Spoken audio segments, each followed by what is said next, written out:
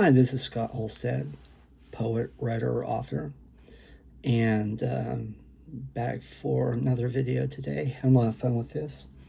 And while I've been reading mostly poems, some stories too, and a good number of them from or in support of my new book of poetry, Surviving Immortality Again, Scott C Holstad.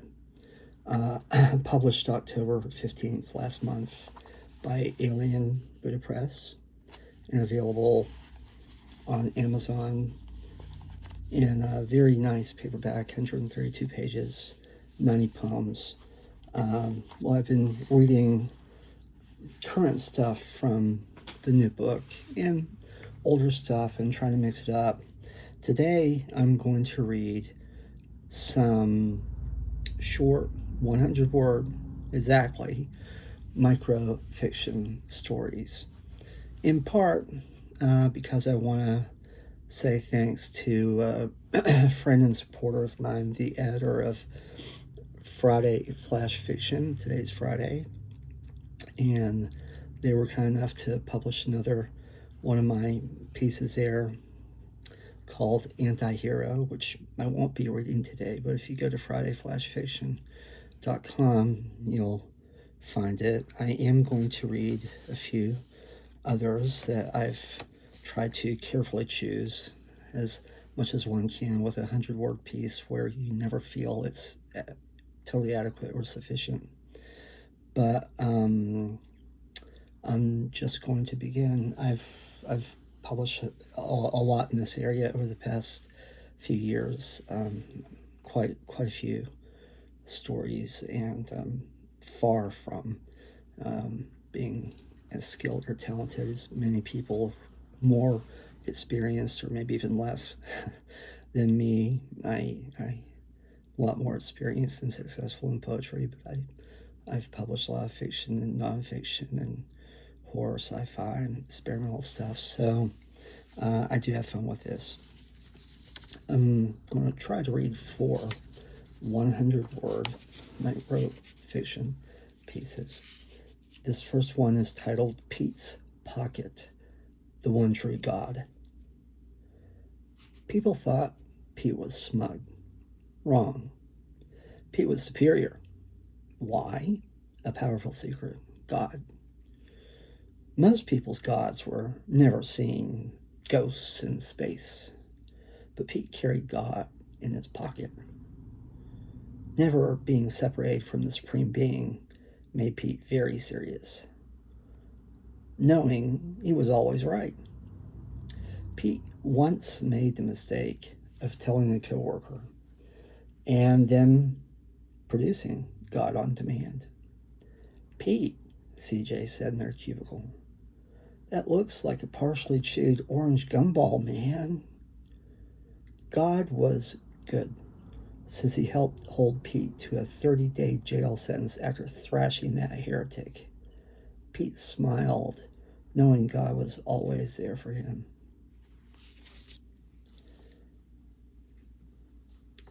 Pete's Pocket, the One True God. This next one is simply called The Promoter. I met the promoter at the coffee shop, ordered a spiked nitro, sat down and said, make it short. Dude, I talked to the band. They love your work. Big fans. Well, Dave is. They want to meet you. Talking, concept album, your poems and stories. Freak them out. Fuck them up. Yeah. I said, so, a Scoot Hagland thrash metal album. Was that Disturbed or Ministry again? The promoter jittered. Right. We just need to go to Chicago to meet and hash this out. Can you snag us a flight, man? I finished my nitro, got up, and walked the fuck out. Of course, these are all fiction, right? Yeah. Creative writing, it's beauty. this is not nonfiction, right? Plain mirror. She liked to dress up, roaring 20s, 50s, princess, artist, Puritan, whore. She attracted many people who wanted her to be with her, users, groupies. It wasn't entirely the clothes, though. You could see it in her eyes. Pain made them very deep. She needed those clothes to create new identities for each occasion, to become someone different daily, to mask her emptiness. Everything about her reeked of death. That gorgeous skin, haunted eyes, porcelain breasts. Death masking a soul, just marking time. People wanted to get into her. She just wanted a grave. Some wishes eventually get fulfilled. Plain, P-L-A-N-E, mirror. And the final one for this video, drunken group challenges. While pounding cheap beer from plastic pitchers on Pepper's back patio, Scrooge came up with a plan for a new challenge. Anne and Mark listened to the plot to see which of the three could sleep with the most people next month. Goal, 30 in 30 days. Prize? Booze-soaked brains put that off for another time. The three met again in a month, same place. Drunken boasts spat out results. Anne, 12. Mark, 19. Scrooge, 30. Pride fell as the others challenged to prove it. They looked around. New plan. How many times could they sleep with each other next month? Drunken group challenges. I hope I don't have to, explain. That's pretty hard to prove. Unless you really want to drag people out to confirm each and every one. Don't think so. It's just a stupid story.